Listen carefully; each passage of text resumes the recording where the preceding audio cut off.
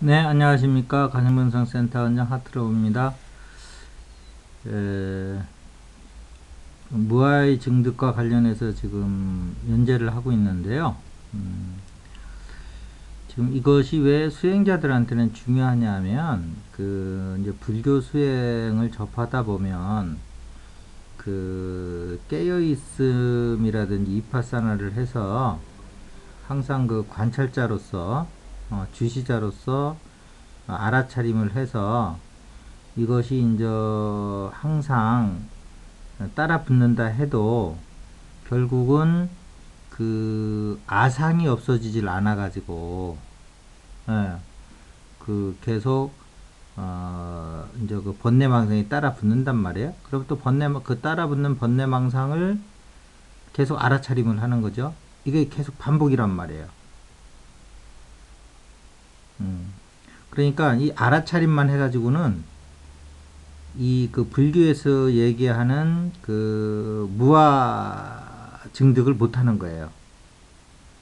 요것은 또 다른 어떤 방편을 가지고 넘어서야 된다는 거죠. 요거를 정확히 인식하는 게 중요해요. 자, 비파사나를 해서 그 순간에 그 마른 산매를 들어가든지 한다 하더라도 그건 그때뿐이고,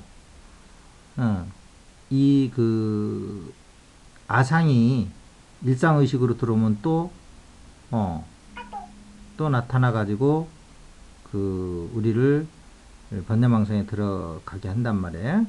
그러면 또 알아차리고, 음. 그러니까 번뇌망상 알아차림, 번뇌망상 알아차림, 번뇌망상 알아차림 이렇게 되는 거죠. 그러면 이 결국은 그 번뇌망상의 중간에는 뭐가 있냐면 이 칠식의 말라식, 즉 아상이 있는 거예요. 아상, 나라고 하는 상이. 근데 이 상을 없애지 않고 계속 알아차림만 한다고 해서 될 문제는 아닌 거죠. 음. 그러면 불교에서 결국은 얘기하는 것이 뭐냐면 불교는 한마디로 깨달음이다 뭐다 얘기하는데 그건 개념적인 거고 실제 깨달음이라는 건 우리한테 뭘 가져오는 거냐면 대자유를 가져오는 거예요. 근데 그것도 대자유라는 게 또 뭐냐 하면은 걸림이 없는 자유를 얘기하는 거예요. 걸림이 없는 자유. 그러면 거꾸로 걸림이 있는 구속이라는 건 뭐냐 하면 전부 걸림이라는 것은 아상으로부터 시작해요. 아상. 이 칠식으로부터.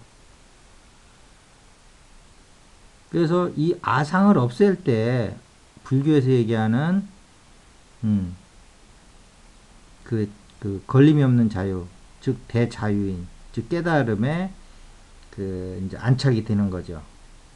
그래서 이 알아차림하고 이 무아의 그 증득하고는 어떤 그 또 다른 그런 어떤 절벽이 있다. 요거를 또 한번 넘어서야 된다라는 걸 분명히 아시고요. 이 육식, 칠식, 팔식이라고 그러는데 이제 그림에도 나와 있죠. 이거는 뭐 불교 공부 조금 하신 분들한테는 뭐 어, 너무 많이 들어서 좀 이제 그런 아주 일상적인 그 얘긴데 사실은 육식, 칠식, 팔식이 따로 있는 건 아니거든요. 예, 우리의 마음이 눈에 가면 육식이 되는 거고요. 기억으로 가면 팔식이 되는 거고 기억이라는 것에 의해서 칠식이 되는 거예요. 나라고 하는. 칠식과 팔식은 어떻게 보면 팔식의 자식이 칠식이에요. 그래서 육식은 현재에 들어오는 외부 정보고요. 팔식은 기억이에요. 저장식. 근데 이 기억에 의해서 그 사람의 기억의 종류에 의해서 이 나라고 하는 정체성이 결정이 돼요. 그러니까 팔식의 자식이 칠식이라고 칠식이 따로 있고 팔식이 따로 있는 게 아니거든요. 근데 칠식이나 팔식이나 육식이나 다 이게 마음이에요. 똑같은 거예요. 리를 보면 안입이 설신의 외부 감각 기관에 가 있는 게 그 육식이 되는 거고요. 그것이 우리 이제 저기 뭐야 데네피질이라는데 이쪽에 저장식으로 가면 그러니까 장기 기억이라고 그러죠. 뇌과학에서는 장기 기억으로 가면 이게 이제 그 팔식이 되는 거예요. 팔식. 물론 이제 장기 기억보다 훨씬 더 이게 여러 가지를 포함하고 있죠. 우리 전생 기억부터 다 갖고 있는 거니까. 어쨌든 장기 기억으로 보는 거죠. 이게 장기 기억의 집합체로서의 칠식이 나오는 거죠. 말라식이. 자, 그래서 이 칠식을 육식, 팔식 가지고 싸울 필요는 없어요. 뭐 무의식까지 들어가서 막 난리 치는데요. 그다음에 뭐 안이비설신에 비춰지는 걸 어떻게 하겠어요? 그거 가지고 싸울 거는 없고요. 대자유인이 되는 거, 걸림이 없는 대자유인은 칠식을 이것이 공한 것임을 알아차리면 돼요.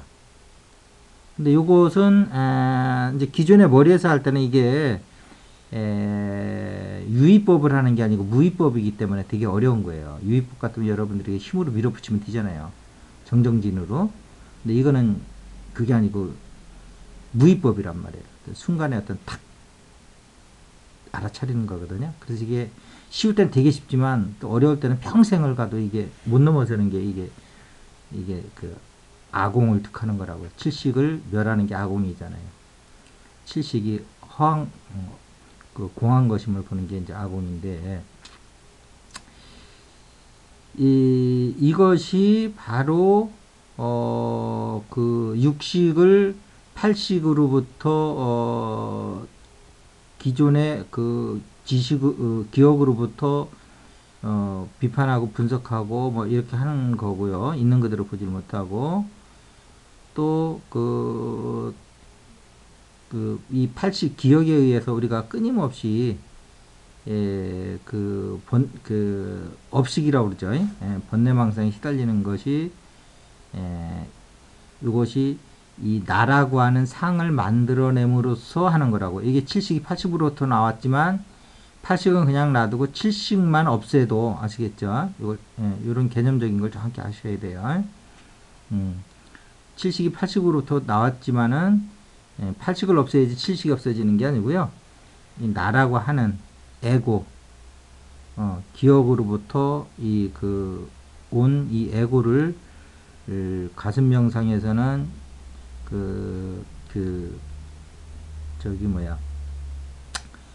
무아의 방에서, 아공의 방에서, 이게 이제, 이거를 이제 증득하거든요. 무아를.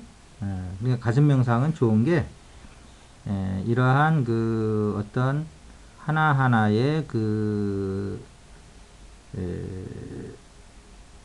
방이 있어가지고, 힘들이지 않게 그 방에 가서, 그걸 터득해 온다는 거죠. 그래서, 우리 인간을 소우주라고 그러는 것은 무슨 다른, 원리적으로 우주와 원리와 똑같은 오행의 원리에 의해서 만들어졌다는 것은 그것은 개념적인 얘기고요. 뭐 실제가 그런 거지만 실제 우리 인간한테 중요한 거는 뭐냐면 이러한 방들이 샘플로 전부 들어와 있어서 그 샘플에서부터 시작을 해서 우주로 이렇게 확장시켜 나간다는 거예요. 그러니까 거꾸로 얘기하면 가슴의 방을 거치지 않으면 바로 우리가 우주와 만날 수가 없어요. 알고 보면 그거지만 그 깨달음도 그런 거거든요. 알고 보면 이미 깨달아 있는 거예요. 깨달은 사람들 다 그러잖아요. 우리 이미 깨달아 있다고. 깨닫지 못한 사람한테는 그 말이 안 통하잖아요. 그래서 깨닫지 않은 것이 없지만 그래서 처음 깨달을 때는 방편이 필요한 거라고요. 그러한 방편들이라든지 그러한 우주의 의식이 우리 가슴에 샘플로 다 들어가 있다고요. 방으로. 그래서 이게 소우주라고 그러는 거예요. 그래서 가슴을 알면 인간을 왜 소우주라고 하는지를 알거든요. 자, 그래서 여러분들이 불교가 깨달음이라는 게 뭐냐 했을 때 불교는 대자유인이 되는 것이다.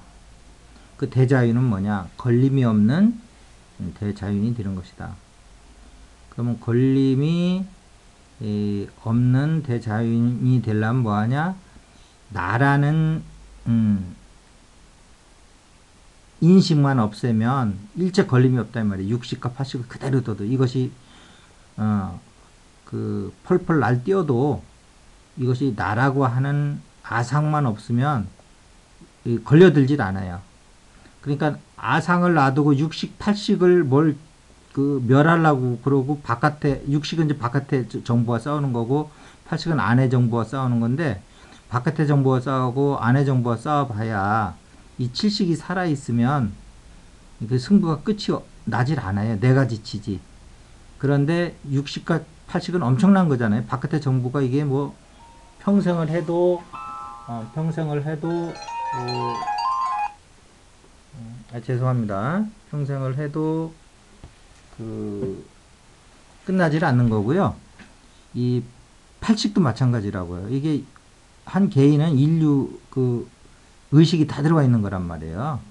그래서 여기를 끊는 게 아니고요. 이 칠식을 끊는 거예요. 칠식. 아공을 여러분들이 끊을 때 걸림이 없는 대자유인이 되는 겁니다. 자, 그래서 여러분들이 그 이러한 수행의 맥을 잡고 가슴의 방을 이용해서 무아정득을 하셔가지고 이 수행의 그 결론을 내시길 바라겠습니다. 자, 오늘 이것으로 마치겠습니다. 감사합니다.